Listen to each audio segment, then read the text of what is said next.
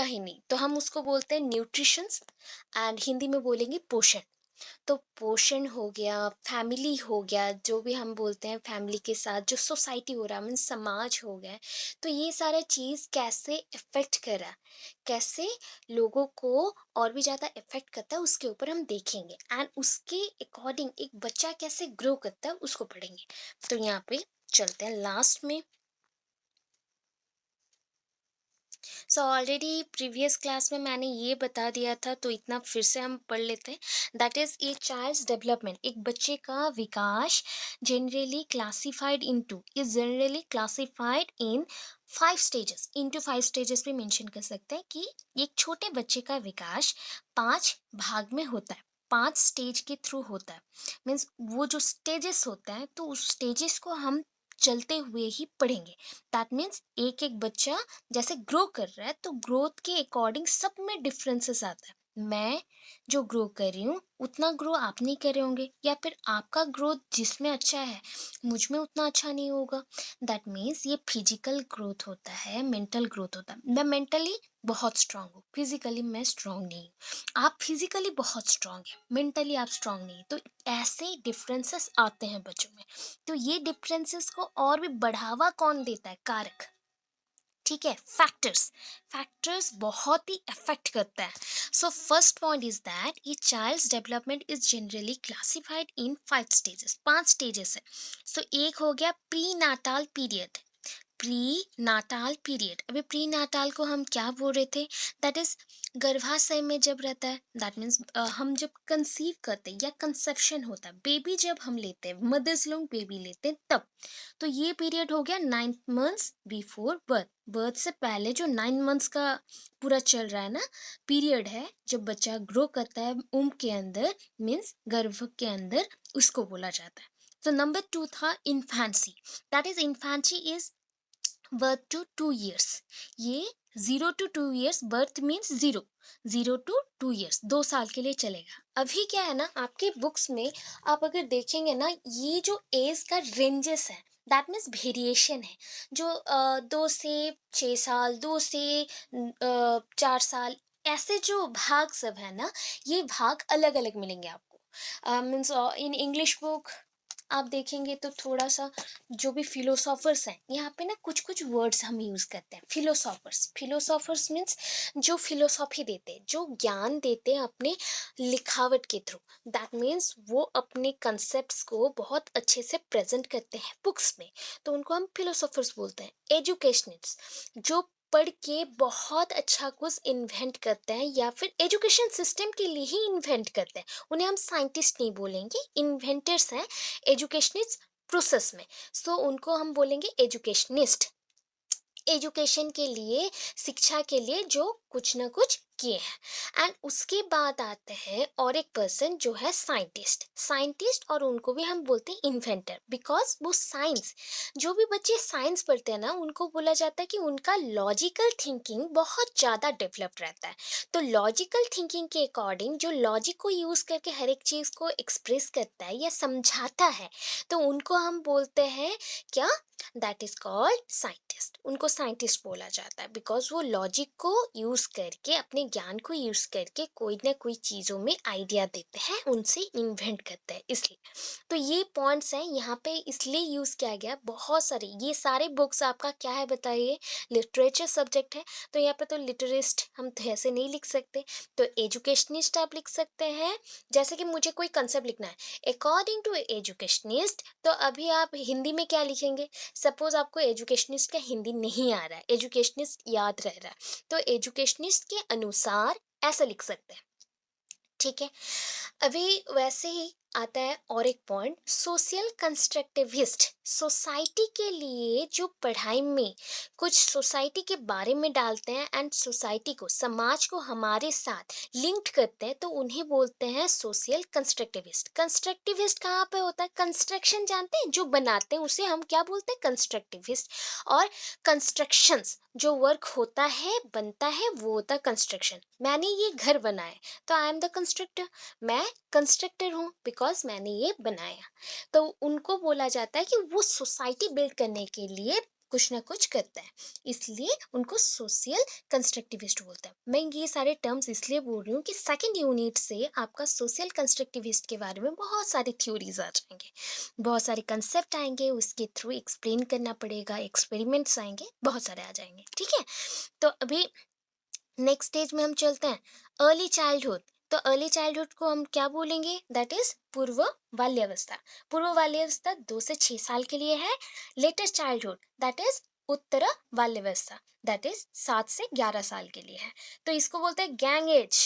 Gang as अभी आया adolescence period, 12 to 19 years. Adolescence को क्या बोलेंगे, प्रौढ़ावस्था, जब आप बड़े हो गए।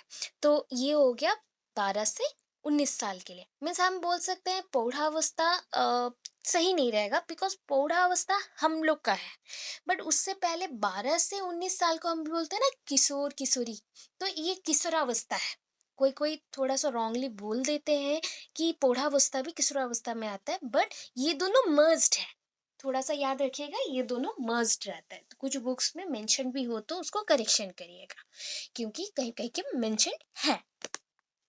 अभी देखिए, ये जो पीरियड्स है ना, हमेशा याद रखिएगा, 9 महीना तक जो गर्भाशय में रहा तो दैट इज कॉल्ड द प्रीनाटल।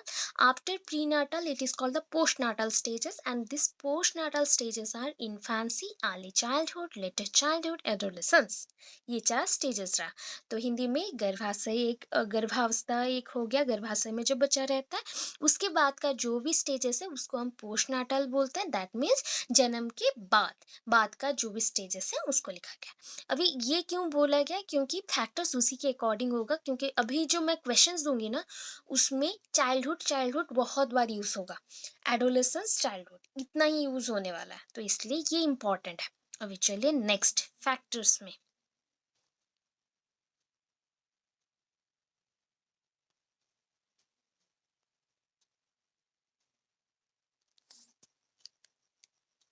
तो यहाँ पे फैक्टर्स देख सकते हैं, क्या क्या फैक्टर्स मैं ऑलरेडी जो भी आप लोग हैं, मीन्स हिंदी मीडियम के बच्चों के, उनको भी फैक्टर्स दे दी हूँ।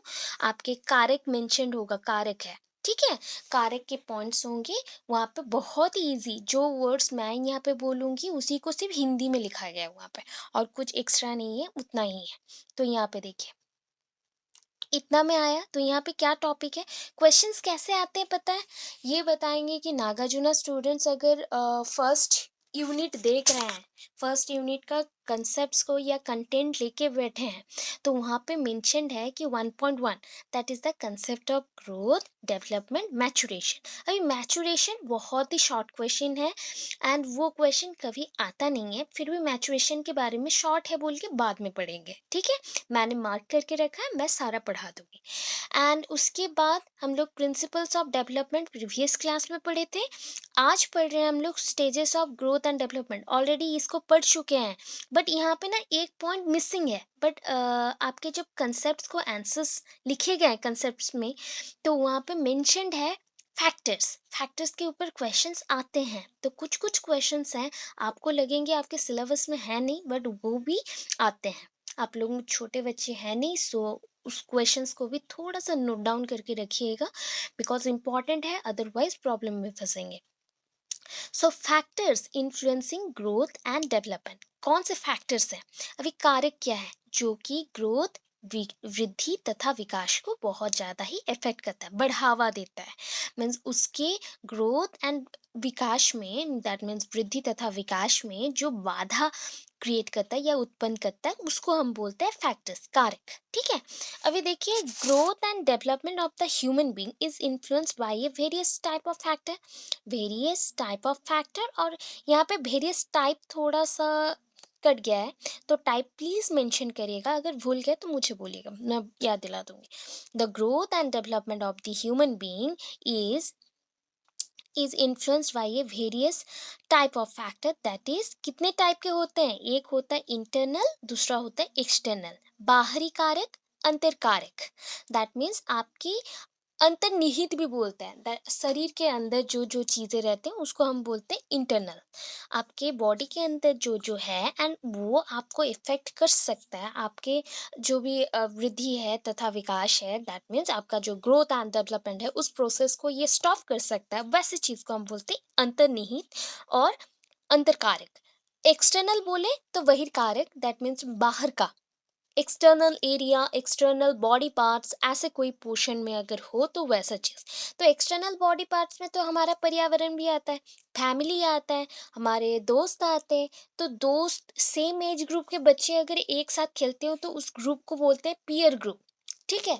पीयर ग्रुप में पढ़ाई भी होता है, पिकनिक्स भी होते हैं, खेलते भी हैं, गेम भी होता है, सब कुछ होता है। तो अभी आप लोग एक जैसे उम्र के सब एक साथ पढ़ रहे हैं ना, तो ये हो गया पीयर ग्रुप। तो आप हैं बीएड पीयर ग्रुप, एक जैसे उम्र के हैं, ठीक है?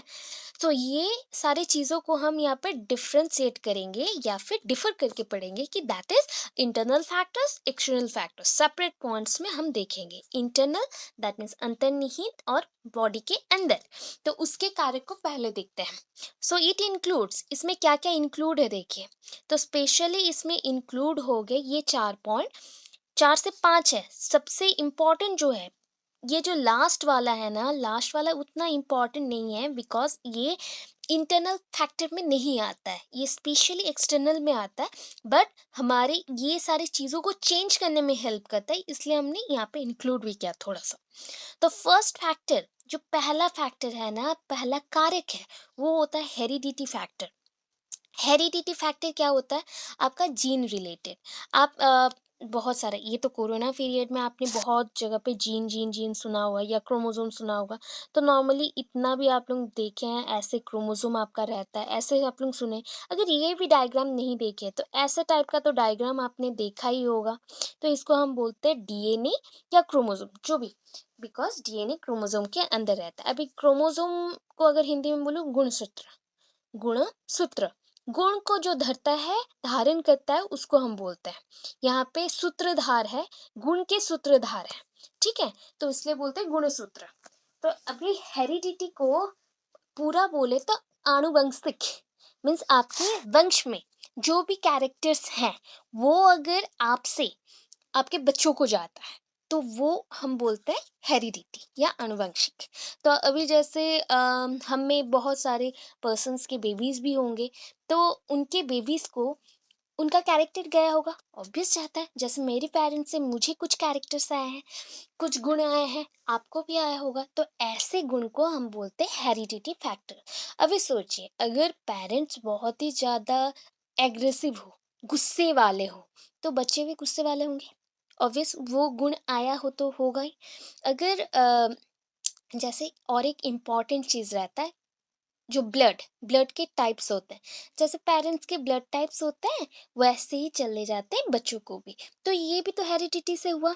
तो हेरिडिटी देखिए, आनुवंशिक कितना इम्पोर्टेंट है, कितना इम्पोर्टेंट चीज़ है हेरिडिटी फैक्टर्स। उसके बाद आता है बायोलॉजिकल फैक्टर्स। अभी बायोलॉजी को पता है, अगर आनुवंशिक, ये जो आप एक्स एक्स देख रहे हैं ना, एक्स जैसा मैंने कुछ बनाया है, ये क्रोमोसोम है, ठीक है? अभी ना, अगर मैं लड़की हूँ, एक लड़की हूँ, तो मेरे बॉडी में, मेरी बॉडी के अंदर बहुत सारे सेल्स हैं। अभी सेल के अंदर कोशिका, कोशिकाएं, अभी कोशिकाएं में क्या रहेगा, आपका जीन रहेगा या फिर ऐसे क्रोमोसोम रहेंगे एक्सेप्ट वाले, या एक्सेप्ट के अंदर इतना छोटा सा करके डीएनए रहेगा, इसको बोलते हैं डीएनए, ठीक है? अभी डीएनए के अंदर कुछ कुछ जगह पे, जैसे मान लीजिए यहाँ पे मेरा कुछ गुण है, ठीक, कैरेक्टर है। ये कैरेक्टर के वजह से मेरा क्या होता है कि मैं आइदर मेल बनूंगी कि फीमेल बनूंगी। अभी ये कैरेक्टर आया कहाँ से? मेरे पापा से आएगा या फिर मेरे माँ से आएगा। तो मेरे पापा से अगर कैरेक्टर आता है वाई, इतना क्यों समझाया जा रहा है, बिकॉज इसके ऊपर बहुत डिटेल्ड पूछते हैं बहुत जगह पे। आप टीचर बन रहे हैं ना, तो इसके लिए पूछा जाता है डिटेल्ड। तो थोड़ा बहुत जानना चाहिए। ओनली आप लोग एक एक सब्जेक्ट में है तो उतना नहीं चलेगा, थोड़ा सा एक्सप्लोर करना पड़ेगा खुद को। सो सुन लीजिए, याद भी रखिए। तो ऐसा होता है कि हमारा जो सेक्स क्रोमोसोम रहता है। दैट मीन्स हमारे अंदर जो एक गुणसूत्र रहते हैं, बहुत सारे गुणसूत्र हैं। जैसे कि हमारे पास कितने गुणसूत्र हैं, टोटल है 46। 46 के अंदर 44 नॉर्मल है। मैं आपको ऑटोजोम्स ये सब नहीं बता रही हूँ, ये वर्ड्स डिफिकल्ट हो जाएंगे। आप समझिए ये नॉर्मल है, ये हर एक के लिए समान रहता है, हर एक के लिए सेम है। जो प्लस करके और कितना बच गया, 2 बच गया। अभी एक्स एक्स एक रहेगा और एक रहेगा एक्स वाई। अगर मेरे पास एक्स एक्स है तो मैं एक गर्ल बनूंगी, ठीक है। मैं मेरा आइडेंटिटी अभी नहीं बता रही हूँ, मुझे मेरा आइडेंटिटी पता है, तो मैं बचपन का बोल रही हूँ। मैं अगर एक्स एक्स पकड़ी हूँ तो मेरा क्या हो जाएगा, मेरा सेक्स ऑर्गन मीन्स मेरा जो मेन पार्ट है बॉडी का, जहाँ से मुझे पता चलता है कि मैं लड़का हूँ या लड़की, तो वो कैसा रहेगा, गर्ल जैसा रहेगा, मीन्स लड़कियों का जैसा रहता है वैसा। अगर एक्स एंड वाई रहा तो वाई समझ लीजिएगा, वाई इसलिए आता है क्योंकि वो मेल का कैरेक्टर है, मीन्स लड़कों के लिए जो कैरेक्टर रहता है वो, तो उनके सेक्स ऑर्गन में जैसा रहता है वही सारी चीजें आएंगी। तो इससे हमें क्या पता चलता है कि ये सारा चीज जो है आपके बायोलॉजिकल फैक्टर्स हैं। दैट मीन्स ये आपके बॉडी को चेंज करता है। आइदर आप मेल बनेंगे, एक बॉय बनेंगे, या फिर एक गर्ल बनेंगे, ठीक है।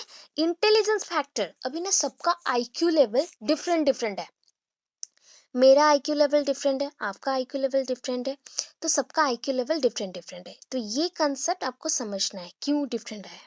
इमोशनली भी हम लोग डिफरेंट डिफरेंट है। अच्छा, मेरे वॉइस आ रहा है, ये सुन लो, थोड़ा बताइएगा। अच्छा, विजिबल है, स्क्रीन विजिबल है आज। ओके ओके, थैंक यू, चलो स्टार्ट करते हैं अगेन। एक्चुअली उधर मैसेजेस आ रहे हैं ना, तो मैं कंफ्यूज हो रही हूँ कि इधर आप लोगों को सुनाई नहीं दे रहा, इसलिए पूछ ली। Okay okay, thank you. So emotional factor, emotions को हम क्या बोलते हैं, सांवेगिक। अभी सांवेगिक जो कारक है, ये आपके घर पे जो चीजें चलती हैं या फिर आपके पर्यावरण में जो चीजें चलती है ना, उससे भी होता है इन्वॉल्व। क्या आपके अगर आप जब गर्भ में थे, दैट मीन्स मैं अगर छोटी बच्ची हूँ, मैं गर्भ में थी, अभी बर्थ नहीं हुआ है मेरा, तो मेरी मम्मी बहुत रोती हैं, या फिर उनको कोई टॉर्चर होता है, या फिर ये सब चीज़ें भी यहाँ पे इंक्लूड है। बिकॉज यही सब चीज़ों के ऊपर इंडिविजुअल डिफरेंसेस भी आते हैं, लोग अलग अलग टाइप के बिहेव करते हैं। तो उसके अकॉर्डिंग क्या होता है ना, ये सारा सह सह के ये कैरेक्टर में कन्वर्ट हो जाता है, एक गुण बन जाता है। ये गुण आपके मम्मी से या फिर मेरे मम्मी से मुझको आया, सो मैं भी उतना ही इमोशनल बनूंगी। उसके साथ भाई बहनों के साथ कुछ भी लड़ाई होता है, झगड़ा हुआ, ये हुआ, तो वैसे ही मैं रोना स्टार्ट करूंगी, या फिर वैसे ही सांवेगिक विकास का जो गुण है, कैरेक्टर है, उसको दिखाऊंगी। तो ये सारे फैक्टर्स हैं। लास्ट होता है social nature. What is social nature, means हम सोशल है कि नहीं बाय नेचर, हमारे नेचर के अकॉर्डिंग हम समाज में रहने लायक है कि नहीं, उसको बताया जाए। अभी चलते पॉइंट्स को एक्सप्लेनेशन में क्या लिखा गया है। Heredity factor, it is a process in which the physical and social characteristics transmitted from parents to child। तो यहाँ पे हमने क्या पढ़ा, दैट इज ये जो कैरेक्टर है, ये कैरेक्टर कहाँ से जाता है, सपोज ये फादर है, या फिर यहाँ पे फादर के साथ मदर है, ये दोनों के क्या हो गए, ये कपल है, मैरिज हो गया है, तो इनके जो बेबी आएगा, दैट मीन्स एक बच्चा आएगा, तो दोनों के गुण आएंगे इसमें। यहाँ पे समझ, थिंक कर लीजिए, यहाँ पे 1 है, 1 को मैंने एक गुण के जैसे पकड़ लिया, यहाँ पे 2 है, तो इसके पास दोनों आएंगे, ठीक है, इसके पास दोनों आएंगे। सो यहाँ पे मेंशन इसलिए किया गया, it is a process in which the physical and social characteristics transmitted from parents to child, ठीक है। पेरेंट्स मीन्स कौन है, हमारे मम्मी पापा, हमारे जो गार्जियन है, मम्मी पापा जो है उनसे आएंगे। अभी गार्जियन बोल दी तो बहुत भी फैमिली मेंबर्स में और भी बहुत लोग आएंगे, बट फैमिली मेंबर्स से भी कुछ कुछ चीजें आती हैं, बट स्पेशली मम्मी पापा से बहुत ज्यादा चीजें आती हैं, ठीक है। जस्ट लाइक हम अभी कैरेक्टर का एग्जाम्पल दें, हाइट है, वेट है, मीन्स लंबाई चौड़ाई, अभी होता है ना कभी कभी मम्मी-पापा के अंदर कोई हो गया कि बहुत ही शॉर्ट हाइटेड है, तो हमारा हाइट वैसा ही होगा। अगर मम्मी-पापा के अंदर कोई लंबा बहुत ज़्यादा है, तो वैसा होगा। कलर में हो सकता है, कलर ऑफ आइज़ हो सकता है, आँखों के जो कलर्स होते हैं, किसी के होते हैं ना थोड़ी-सी ब्राउनिश, किसी के होते हैं थोड़ी-सी ग्रेइश, किसी का प्योर ब्लैक। तो ये जो फ़ॉर्म है, एंड बाहर के कंट्रीज़ में तो और भी डिफरेंट कलर्स के हैं, सी ग्रीन है, ब्लू कलर का है, लाइट ब्लू है, बहुत सारे कलर्स के आपको मिल जाएँगे। तो ये सारा जो स्किन कलर, ये कलर जो डार्कनेस होता है या फिर हमारा लाइट स्किन होता है, स्किन कलर लाइट होता है, कोई गोरे होते, कोई सांवले होते, ये सारा चीज़ आपके पेरेंट्स से ही आपको आता है। एंड बाय चांस में पेरेंट्स में कभी-कभी होता है कि पेरेंट्स के जो भी फैमिली मेंबर्स हैं, जैसे कि पापा की साइड के भी कोई फैमिली मेंबर्स हो सकते हैं, माँ की साइड के भी कोई फैमिली मेंबर्स हो सकते हैं, उससे भी कुछ-कुछ कैरेक्टर्स आ जाती है बाय चांस में, बट हमेशा आते हैं पेरेंट्स से। सो इसलिए बोला गया कि by this heredity influence your growth and development, ऐसे करके ग्रोथ एंड डेवलपमेंट को हेरिडिटी मीन्स आनुवंशिक जो कारक है वो क्या करता है, एक बाधा या फिर विकास के लिए हेल्प करता है। ऐसा हम सिंपल मेंशन करेंगे। अभी चलते हैं biological factor. What is biological, मैंने ऑलरेडी बोला बायोलॉजिकल बिहेवियर मीन्स आपका बायोलॉजी क्या है, what is your biology means आपका फिजिक, आप बोल सकते हो आपका ग्रोथ। मैं अगर सिंपली बोलूँ यहाँ पे, आपका जैसे कि मेल पर्सन्स में होता है कि उनका वॉइस चेंज होता है एक टाइम के बाद, उनके पैर हाथ के मसल्स बहुत टाइट हो जाते हैं, उनके हेयर ग्रोथ में थोड़ा सा चेंजेस आता है, मुस्टाच आता है, बियर्ड आता है, मीन्स दाढ़ी मूंछ आ जाते हैं, तो ये सारे चेंजेस में वैसे फीमेल्स में आते हैं, ब्रेस्ट डेवलप्ड होता है, उनके हिप पोर्शन डेवलप्ड होते हैं, थोड़े से ब्रॉडर हो जाते हैं, मीन्स बड़े हो जाते हैं। हाइट में थोड़ा कुछ चेंजेस आता है, नहीं तो वैसे ही रहता है। बट शरीर का जो चौड़ाई है ना, जस्ट जस्ट लाइक उनका वेट या फिर बोल सकते हैं उनका जो लेंथ है, वो थोड़ा सा और ज़्यादा इंक्रीज होगा। लेंथ मीन्स दैट मीन्स यहाँ पे लेंथ वाइज बोले तो हमारा जो शोल्डर पोर्शन का लेंथ है, कंधा का, वो थोड़ा इंक्रीज किसी में रहता है, किसी में कम। तो ये सारा चीज़ों को हम बायोलॉजिकल फैक्टर्स में काउंट करते हैं। बायोलॉजिकल मीन्स यहाँ पे टोटली क्या आ जाएगा कि हमारा जो ऑर्गेनिज्म है, that means we are organism, हम सारे ऑर्गेनिजम्स हैं। हमें बोल सकते हैं आप एक टाइप के जैसे मनुष्य, तो मनुष्य या फिर हम मनुष्य को ऑर्गेनिज्म हम बोले तो गलत हो जाएगा, बिकॉज ऑर्गेनिज्म में और भी बहुत सारी चीज़ें हैं। तो मनुष्य तो ऑर्गेनिज्म है ही, उसके साथ बहुत सारी चीज़ें हैं। सो कोई भी पशु ले लीजिए या बर्ड्स ले लीजिए, पक्षी ले लीजिए, कुछ भी, तो उनका भी ग्रोथ अगर देखते हैं ना, सेम वे में चलेगा। अभी ये सारा चीज़ों को कौन इफ़ेक्ट करता है? तो नॉर्मली ये सारी जो चीज़ें हैं ना, इसको कौन इफ़ेक्ट करता है? Physical, physiological, chemical, neurological, genetic. Means आपके जो बिहेवियर है, जैसे कि मैं बोल सकती हूँ कि ये सपोज़ थिंक कर लीजिए आपका बिहेवियर है, ठीक है? मैंने यहाँ पे बिहेवियर लिख दिया। बिहेवियर क्यों आपका चेंज हो रहा है? बिकॉज़ आपका बायोलॉजी वही बताता है। आप गर्ल है तो गर्ल जैसा बिहेव करेंगे, बॉय है तो बॉय जैसा बिहेव करेंगे। इसको बोलते हैं कि ये डिसाइड करता है कि एक इंसान कैसा बिहेव करेगा, that leads to human development, HD, human development. तो ह्यूमन डेवलपमेंट के लिए और क्या क्या चीज़ें चाहिए? तो पहला चीज़ है जैसे कि फिजिकल अपीयरेंस और फिजिकल चेंजेस आए, आपके बॉडी में फिजिकली चेंजेस आएगा। जैसे जैसे मैंने चेंज बोला ना कि हाइट इंक्रीज होना, वॉइस चेंज होना, ये सारा बोला, वो सारा है फिजिकल। अभी फिजियोलॉजिकल मीन्स बॉडी के अंदर, शरीर के अंदर जो जितने सेल्स हैं ना, कोशिकाएं हैं, उस पे चेंजेस आएंगे। फिर आए केमिकल। अभी केमिकली आपके बॉडी में बहुत सारे रासायनिक द्रव्य हैं, तो उसको हम बोलते हैं chemical substances. These chemical substances leads to various changes of the body. Normally chemicals like different types of hormones, different types of things. अभी मैं हिंदी में बताती हूँ। आपके बॉडी में ना बहुत सारे ऐसे रासायनिक द्रव्य हैं या केमिकल सब्सटेंस हैं, उसको बोल सकते हैं। जैसे कि आपके बॉडी में प्रोटीन है, कार्बोहाइड्रेट है, लिपिड मीन्स बोल सकते हैं एक टाइप का फैट। आप तेल खाते हैं, ऑयल तो खाते ही हैं, तो आपके बॉडी में जा रहा है ना फैट।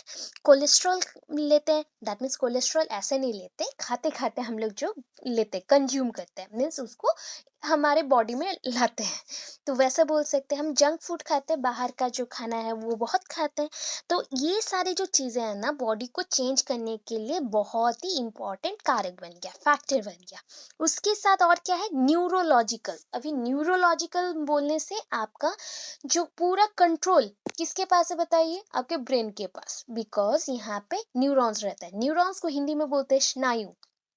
स्नायु, स्नायु आपके जो आप बोलते हैं नर्व, इतना तो आपको पता ही है, सारे हिंदी बच्चों को भी पता है। नर्व, हम बोलते हैं ना नर्वस हो गए, नर्वस क्यों होते हैं, आपके पास नर्व है, वो काम थोड़ा बहुत धीमे करता है या फिर काम धीरे धीरे करता है या फिर थोड़ा सा हलचल कम होता है, तो हम उस टाइम पे नर्वस हो जाता है। ठीक है, तो या फिर बहुत ही धीरे किया तो हम सेंसलेस भी हो जाते हैं, हमारा सर घूमते रहता है, हम गिर जाते हैं, ऐसा ही होता है। तो वो अगर समझ पा रहे हैं, नर्व मीन्स होता है स्नायु, जो कि पूरा बॉडी का फंक्शन को, पूरे बॉडी के वर्क को कंट्रोल करता है।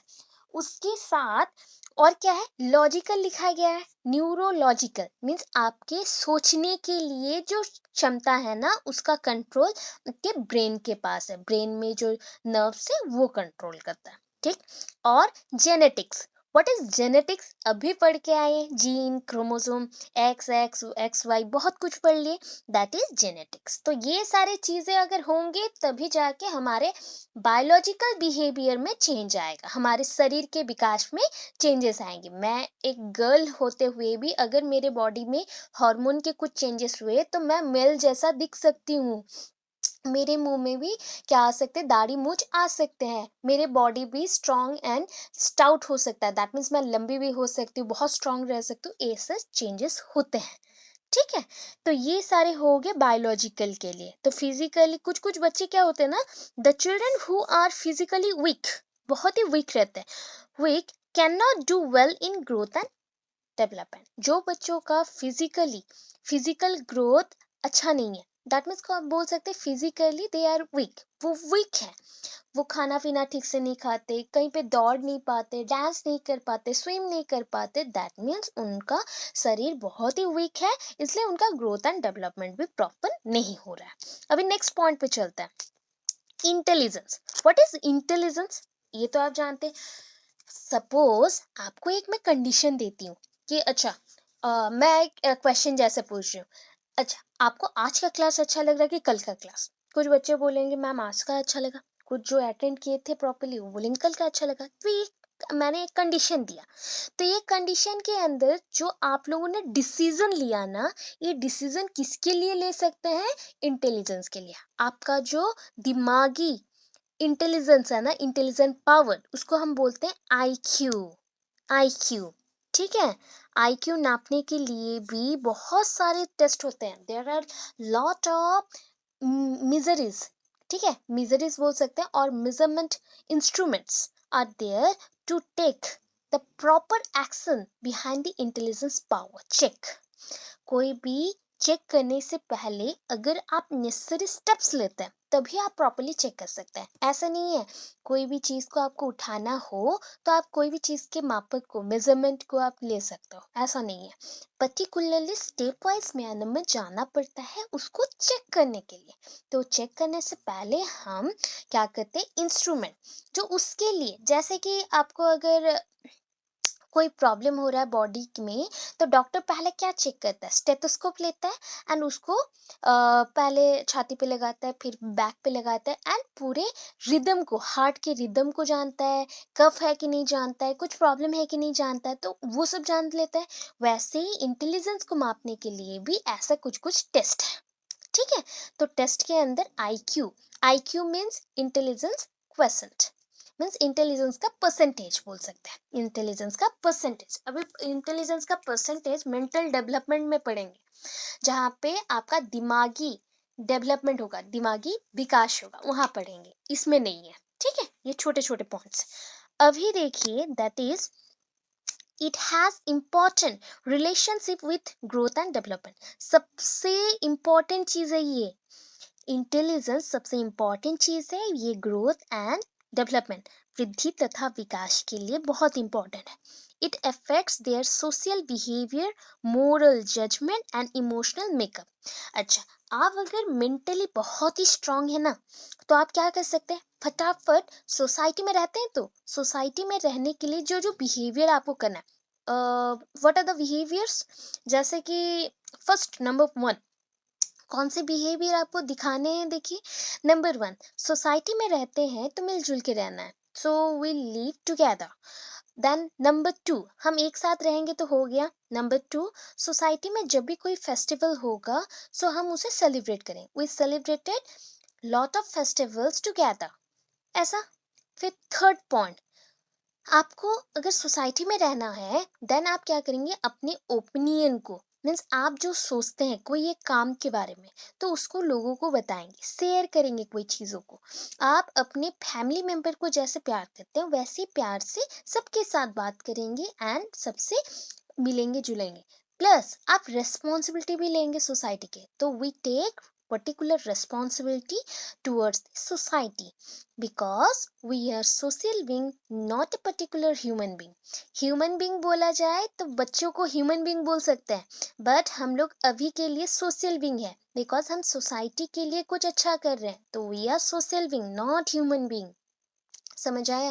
मीन्स अगर आप टीचिंग के क्लासेस में हैं तो वहाँ पे आपको पूछा गया कि आप सोशल बीइंग है कि या ह्यूमन बीइंग है, तो आप ह्यूमन बीइंग बोलेंगे तो आपका आंसर रॉन्ग जाएगा। आपको बोलना है मैं सोशल बीइंग हूँ, मीन्स सामाजिक प्राणी हूँ, सामाजिक प्राणी हूँ, मैं एक मनुष्य नहीं हूँ।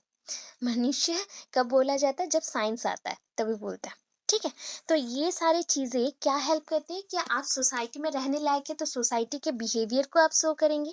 प्लस मोरल जजमेंट, कौन सा चीज सही है कौन सा चीज गलत है, इसका जो जजमेंट देता है ना, तो उनको बोला जाता है कि उनका मोरलिटी मोरल बिहेवियर बहुत स्ट्रांग है, मोरल बिहेवियर बहुत स्ट्रांग है। दैट मीन्स आप जान सकते हैं कि आपने क्या गलत किया आपने क्या सही किया, आप इसके अंदर डिसीजन दे सकते हैं।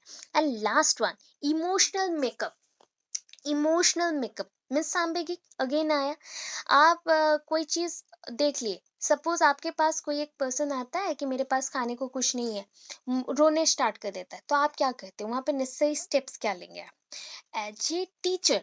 अच्छा टीचर अगर आप हैं तो आप क्या करेंगे, उसको पहले देखेंगे, उसके बाद उसको खाने को कुछ देंगे, खाने के बाद अगर उसका नीड देखिएगा, नीड अगर पैसा वो मांगता है, अगर वो पैसा मांगता है, अगर उसके हाथ पैर सलामत है तो उसको पैसा नहीं देना है, उसको खाना दे दीजिए।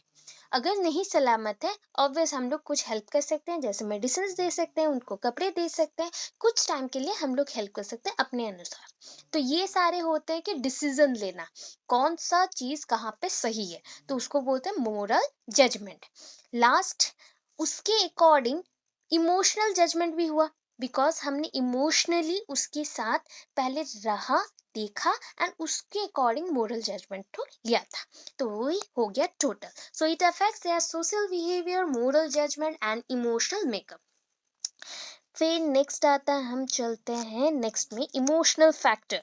It has a great influence growth and development the children who are suffers from, that is not suffers, ये रॉन्ग है थोड़ा सा, सफरिंग होगा या सफर्ड लिख सकते हैं, ईडी लगाइएगा, रॉन्गली मेंशन हुआ है, प्लीज करेक्शन करेगा। हु आर अगर लगाते तो यहाँ पे सफर्स नहीं होगा। are suffering from negative emotions like fear, anger, jealousy, etc. are badly affected their overall development. Suppose मैं एक छोटी बच्ची हूँ, मैं हमेशा बचपन से देखते आ रही हूँ कि मेरे घर के पास या मेरे घर पे लोग सिर्फ मारपीट करते हैं। ठीक है, मुझसे कोई अच्छा से बात नहीं करता, झगड़ा करते हैं, मुझे भी मारते हैं, मुझे खाना नहीं देते।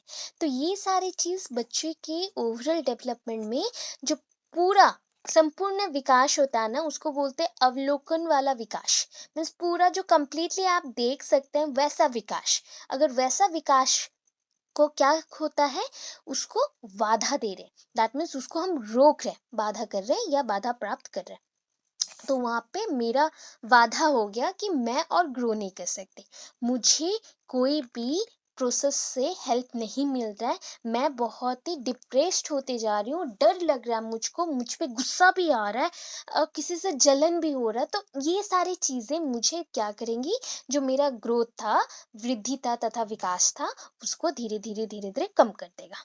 सो ये सारे इफेक्ट करते हैं। अभी सोशल नेचर का तो मैंने बोल दिया, सोशलाइजेशन होगा। सोशलाइजेशन मीन्स क्या होता है, सोशल बीइंग के हिसाब से सोसाइटी में रहना, सारा रिस्पॉन्सिबिलिटी लेना।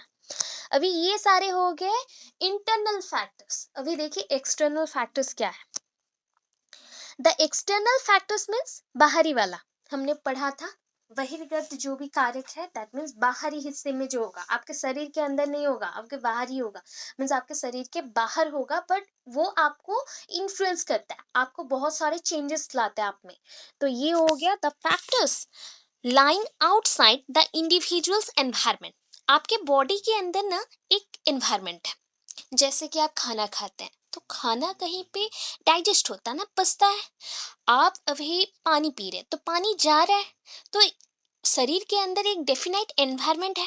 एक जैसे कि हम पर्यावरण बोलते हैं ना, तो वैसे ही एनवायरनमेंट, छोटा सा एनवायरनमेंट बट है, इतना छोटा सा एनवायरनमेंट भी हो वो शरीर के अंदर है। जैसे कि मैं बोलूँ, यहाँ पे आपको दिखाती हूँ। सपोज ये एक ह्यूमन बींग है, ठीक है, ऐसे हो गया। तो इनके शरीर में बहुत कुछ चल रहा है, ये सारा कहीं तो एक जमा हो रहा है ना, स्टोर होता है। तो ये हो गया इंटरनल एनवायरनमेंट। आई ई बोला मैंने, इंटरनल मीन्स इनसाइड, आभ्यंतरीण उसको हम बोल सकते हैं, बहुत ही शुद्ध हो गया, दैट इज आभ्यंतरीण। और अंतर्निहित बोल सकते हैं आप, अंतर्निहित, अंदर में जो है आपके, अंतर्निहित मीन्स आपके अंदर जो है वो एनवायरनमेंट।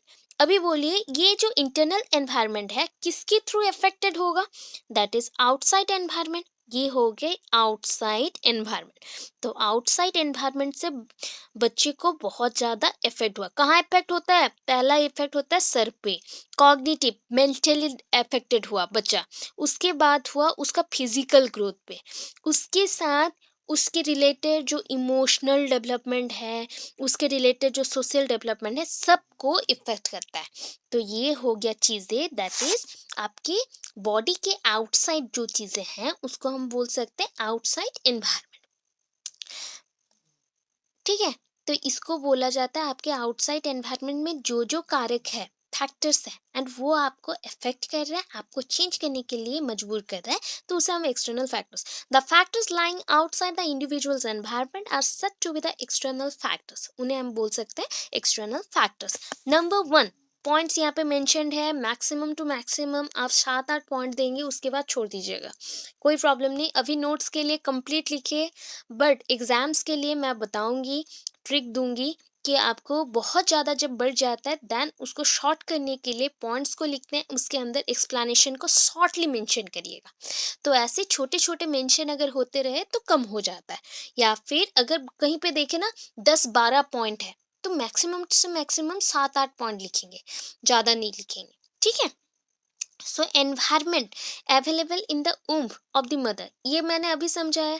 जैसे कि एक छोटा बच्चा अगर गर्भ में रहता है, ऊम्ब, दैट इज कॉल्ड ऊम्ब, अगर ऊम्ब में रहा, तो जैसे कि यहाँ पे देखिए मैं आपको बताती हूँ। तो यहाँ पे सपोज थिंक कर लीजिए एक छोटा बच्चा है।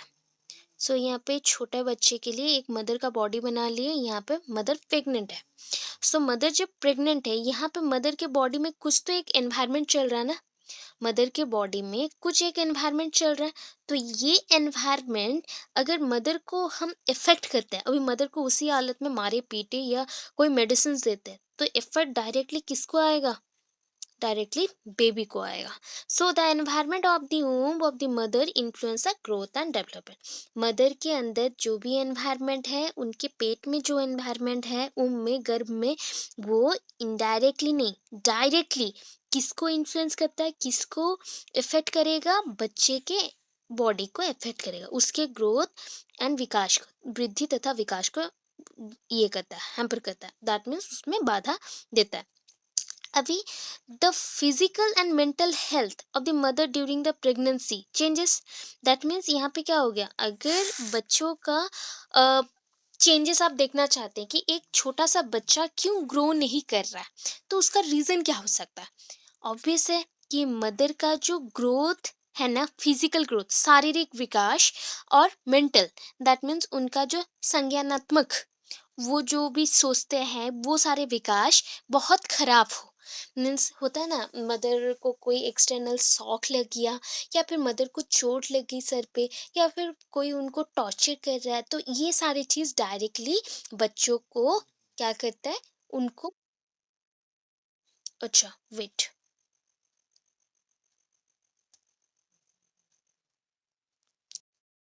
सो उसके बाद हम कंटिन्यू कर रहे थे, दैट इज जो भी मदर बॉडी को हार्म होगा, या फिर माँ जब गर्भवती होगी तब उनको अगर हार्म होता है, उनको कोई भी तकलीफ होती है, तो इनडायरेक्टली बच्चों के डेवलपमेंट में कुछ ना कुछ चेंजेस आएगा। तो वैसे ही हो गया कि पहला केस हमने बोल दिया कि सी जैसे कि the physical and mental health of the mother during pregnancy, इसमें अगर कोई चेंज आता है, मेंटल हेल्थ मीन्स दिमागी हालत ठीक नहीं है, या फिर उनका शारीरिक जो भी प्रॉब्लम है वो आया, तो क्या होगा। फिर आया सिंगल चाइल्ड और मल्टीपल चाइल्ड। ऐसे होता है ना, कभी कभी जैसे कि एक केस आया था राजस्थान से, जो उन एक लेडी 7 बच्चों को कैरी करी थी। वैसे ही फॉरेन में बहुत सारे हैं, 7-8 नॉर्मल कैरी किए हैं, एक-एक रहते हैं, एंड वो नॉर्मली 6-7 महीने में उनको बर्थ देना पड़ता है, दैट मीन्स डिलीवरी होता है। तो उसमें से कुछ बच्चे मर जाते हैं, कुछ बच्चे बहुत सही सलामत रहते हैं। तो इसका मतलब ये हो गया कि एक साथ एक बच्चे को हम अगर ग्रो करवाते एक साथ, एक ही जगह पे, तो वो एरिया तो छोटा हो गया ना, छोटा हो गया तो उनको खाना भी कम मिलेगा। तो एक एरिया अगर छोटा हो जाता है तो वहाँ पे सोने के लिए कैसा लगता है? बताइए, बहुत ही मुश्किल लगता है। हाँ, मेरा पैर मैं इधर नहीं सीधा कर सकती, मैं हाथ नहीं बढ़ा सकती, राइट? तो ऐसे जब होता है तो सोचिए, एक छोटे से गर्भ में गर्भाशय, that is called womb, inside the womb, how a child grow, कैसे वो ग्रो कर रहा है, कैसे वो बढ़ रहा है, प्रॉब्लम होता है। एक बच्चा रहा फिर भी ग्रो हो जाता है, जब वो क्या करते हैं, बहुत सारे बच्चे हो जाते हैं, जैसे कि हो गए हम बोल सकते हैं ट्विन्स, देन ट्रिपलेट्स, जैसे हम बोलते हैं जुड़वा, या फिर जुड़वा से जो ज़्यादा रहता है उसको हम तिड़वा तो नहीं बोल सकते, ट्रिपलेट बोलते हैं। वैसे ही 4 भी बच्चे रहते हैं, 5 भी रहते हैं, तो उतना कुत्ते बिल्लियों में हो सकता है, बट हमारे केस में नहीं है। तो ये हो सकता है उनको खाना नहीं मिला, पोषण नहीं मिला, तो उनका ग्रोथ मतलब वृद्धि तथा विकास थोड़ा-सा प्रॉब्लम में आ सकता है। वैसे ही नेक्स्ट चलते हैं। नेक्स्ट पॉइंट है the quality and quantity of nutrition. अच्छा, अभी मदर को प्रॉपर खाना नहीं मिला। वो जब प्रेग्नेंट है तब उनको खाना नहीं दिया गया प्रॉपर्ली, एंड उनको बहुत काम करवाया गया, तब भी बच्चा का ग्रोथ नहीं होगा। ठीक है, ऐसे प्रॉब्लम्स आते रहते हैं, नॉर्मल एबनॉर्मल डिलीवरी होता है। कभी कभी अगर इतना टॉर्चर हो जाए देन क्या होता है कि नॉर्मल या एबनॉर्मल, ये दोनों ही चांसेस 50-50 भी हो जाते हैं किसी किसी केस में, एंड स्पेशली अभी के टाइम में तो सबका एबनॉर्मल डिलीवरी हो रहा है, दैट मीन्स हम बोल सकते हैं सिजरिंग, जो कट करके किया जाता है। तो ये सारे प्रॉब्लम्स हैं। सो ये सारे खाने के वजह से, अगर खून कम होता है उसके वजह से, प्रेशर होता है, ब्लड प्रेशर इंक्रीज करता है तब होता है, या कोलेस्ट्रॉल वाले खाने आप ज़्यादा खाते हैं तब भी होता है, या फिर हॉर्मोन्स होते हैं, बॉडी में जो हॉर्मोन्स है उसका भी अगर कम ज़्यादा हो जाए तब भी होता है, या फिर बच्चे एक से ज़्यादा हो तब भी होता है। तो ये बहुत सारे रीज़न है। तो ये सारे रीजंस आपके बॉडी के आउटसाइड से इनसाइड को आ रहे हैं, आपके बाहर, बाहर का जो पर्यावरण है वो इफेक्ट डाला है, इसलिए आपके बॉडी को हार्म हो रहा है, या फिर मदर बॉडी को भी हार्म हो रहा है, बच्चे को भी हार्म हो रहा है। ठीक है, नेक्स्ट चलते हैं। Environment available after birth. अभी आफ्टर बर्थ के बाद अभी बच्चों को एनवायरनमेंट कैसे मिलता है, जैसे कि बच्चे छोटा है, थोड़ा थोड़ा छोटा है, तो उसको तो गोद में ही रखना है, उसको हम खिलाएंगे पिलाएंगे जो भी हो गया। अभी आफ्टर 1 ईयर, आफ्टर 1 ईयर बच्चा क्या करेगा, खेलने जाएगा, बाहर खेलने चला जाता है, थोड़ा थोड़ा चल पाता है, क्रॉल करता है, चलने सीख गया है, दौड़ लेता है, तो ये सारा होता है। तो उसमें भी अगर बच्चे को प्रॉपरली डेवलपमेंट ना मिले, दैट मीन्स फिजिकल एनवायरनमेंट, वैसा एनवायरनमेंट ना मिले, वैसा सामाजिक एनवायरनमेंट ना मिले, दैट मीन्स समाज में रहने के लिए भी समाज का एनवायरनमेंट अच्छा होना चाहिए, अगर वैसा ना हो, और बोल सकते हैं साइकोलॉजिकल, यहाँ पे सब लोग बोलने रहे तुम तो ऐसा दिखता है, तुम वैसा दिखता है, बचपन से ही बोलना स्टार्ट करते हैं, उसको समझ नहीं आता, बट धीरे धीरे धीरे धीरे वो सारा चीज़ उसको इफेक्ट करता है।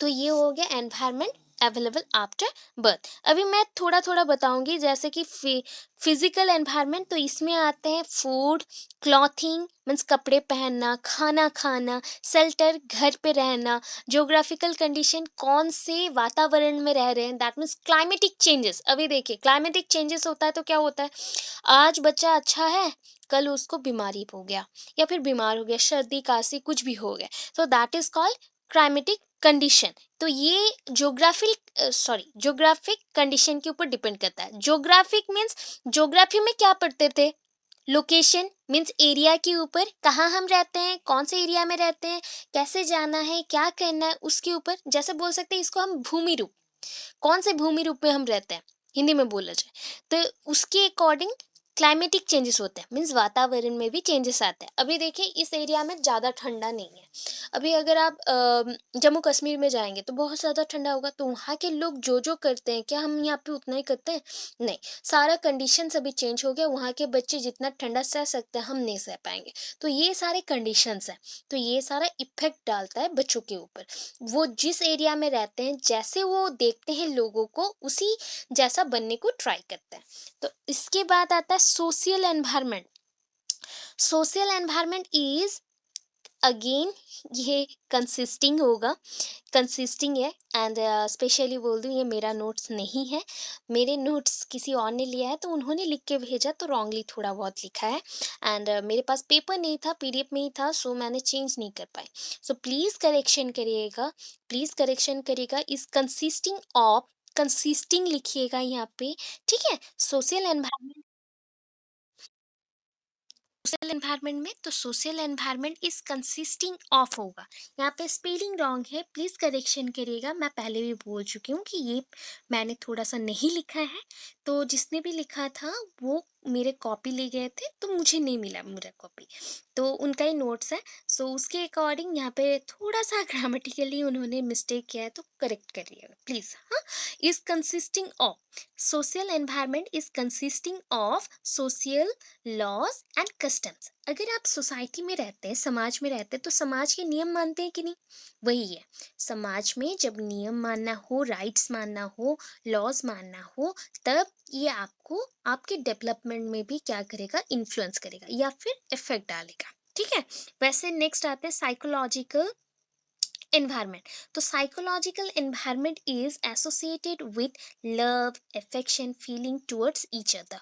अभी साइकोलॉजी मीन्स होता क्या है, दैट इज साइकोलॉजी का अगर हिंदी में बोलते हैं ना, प्योर हिंदी में, मनोविज्ञान, मनोज्ञान बोल सकते हैं, यहाँ पे बी और यूज नहीं करना पड़ेगा, मनोज्ञान। आपके मन में क्या चल रहा है, आप एक पर्सन को देख के क्या सोचते हैं, या फिर आप अपनी फैमिली मेंबर्स को देख के कितना अच्छे से उनके साथ डील करते हैं या फिर प्यार से रहते हैं, वो सारी चीज़ें। तो यहाँ पे हम जब भी सोसाइटी में रहते हैं ना, तो एक दूसरे के साथ हमें प्यार से रहना है, फीलिंग्स भी दिखाना है, अफेक्शन भी रखना है। So growth and development are regulated by the environment. ऐसे जो भी पॉइंट्स आपने पढ़ा ना इस टाइप के कंसेप्ट्स में, तो ये सारी चीजें आपकी ग्रोथ मीन्स वृद्धि तथा विकास में क्या करता है, इफेक्ट डालता है, ठीक है। अभी जहाँ पे आप रहते हैं ना, उसके अकॉर्डिंग जो पॉइंट्स मैंने बोला था, देखिए डेवलपमेंट इज स्पाइरल, फिर से आया ना। अभी देखिए ये घूमता फिरता चीज है, ये एक जैसा सीधे सीधे नहीं चलेगा, ये हमेशा स्पाइरल, एक रिंग जैसा चलेगा। जैसे देखिए अभी ना आपका लाइफ थोड़ा सीधा चल रहा था, आप सुकून से जी रहे थे, अभी कुछ चेंजेस आ गया, फिर आप थोड़ा दूर गए, फिर कुछ चेंजेस आ गया, कुछ टाइम के लिए टेंशन आ गया। तो ये सारा चीज क्यों आ रहा है कि आपके जो कारक है आपके एनवायरनमेंट में, वो सारे आपके ऊपर इफेक्ट डाल रहे हैं, आपके ऊपर इफेक्ट डाल रहे हैं। तो आपका लाइफ कभी भी एक जैसा नहीं रहता है, कभी भी एक जैसा नहीं रहता है, उसमें अप एंड डाउन्स होते रहते हैं, ऐसे ही आते रहेंगे, अप्स आते रहेंगे, डाउन्स आते रहेंगे, आप थोड़ा थोड़ा ऊपर जा रहे हैं, फिर नीचे आएंगे, फिर ऊपर जाएंगे, फिर नीचे आएंगे, ऐसे ही रिदम में चलते रहेगा। तो इसलिए ये स्पाइरली है, स्पाइरली कॉइल्ड है, इसको बोलते स्प्रिंग, एंड इसको आप स्पाइरल लिख सकते हैं हिंदी मीडियम स्टूडेंट्स, इसमें कोई प्रॉब्लम नहीं है। हिंदी मीडियम स्टूडेंट प्लीज़ आप लोग कुछ कुछ वर्ड्स इंग्लिश में लिखें, बिकॉज उसका पूरा टिपिकल हिंदी भी लिख देना तो वो लोग नहीं समझ पाएंगे। तो उतना है कि थोड़ा बहुत वो लोग दोनों मीडियम को पढ़ाते हैं एक साथ, ऐसे ही पढ़ाई होता है। तो उस अकॉर्डिंग आपको भी थोड़ा थोड़ा इंग्लिश यूज़ करना है, बिकॉज आप टीचर बनने वाले हैं ना, तो अच्छा लगेगा, मार्क्स आएगा। तो ये हो गया। अभी चलिए नेक्स्ट, हेरिडिटी हमने पढ़ा। तो इस पॉइंट्स को अगेन एक्सप्लेन किया गया है। देखिए मैंने जो जो पढ़ाया था यहाँ पे कितना है, क्रोमोसोम 46 है, जो कि मैंने बोला था 46 गुणसूत्र होता है। तो वो सारे कंसेप्ट हैं, उसको और नहीं लिखना है आपको। अगर लिख के भी रखे हैं तो एग्जाम के टाइम में मैं बोल दूंगी कितना पॉइंट्स नहीं लिखना है, जो छोटा मोटा है वो एक्स्ट्रा एक्सप्लेनेशन के लिए डाला गया है। वैसे ही एनवायरनमेंट के बारे में भी पढ़ चुके हैं हम लोग। सो उसके बाद आता है सिग्निफिकेंस, कैसे हेरिडिटी और एनवायरनमेंट आपको बहुत ज़्यादा इन्फ्लुएंस करके आपको इफेक्ट करते हैं ग्रोथ एंड डेवलपमेंट पे। मीन्स ग्रोथ एंड जो वृद्धि तथा विकास में आपके जो कारक हैं, इम्पॉर्टेंट कारक है, मीन्स सबसे अनिवार्य कारक बोल सकते हैं हम, दैट इज हेरिडिटी, आनुवंशिक, एंड पर्यावरण एवं पर्यावरण। तो ये दोनों मिलके कैसे क्या करते हैं, तो आपको ऑलरेडी पता है कि हेरिडिटी एंड एनवायरनमेंट एक जैसे ही काम करते हैं, एक दूसरों को मिला के एक रिजल्ट लाते हैं, एक रिजल्ट लाते हैं, एक वर्क पे लाते हैं, फंक्शन पे लाते हैं। तो ये दोनों ही इम्पॉर्टेंट है, ठीक है।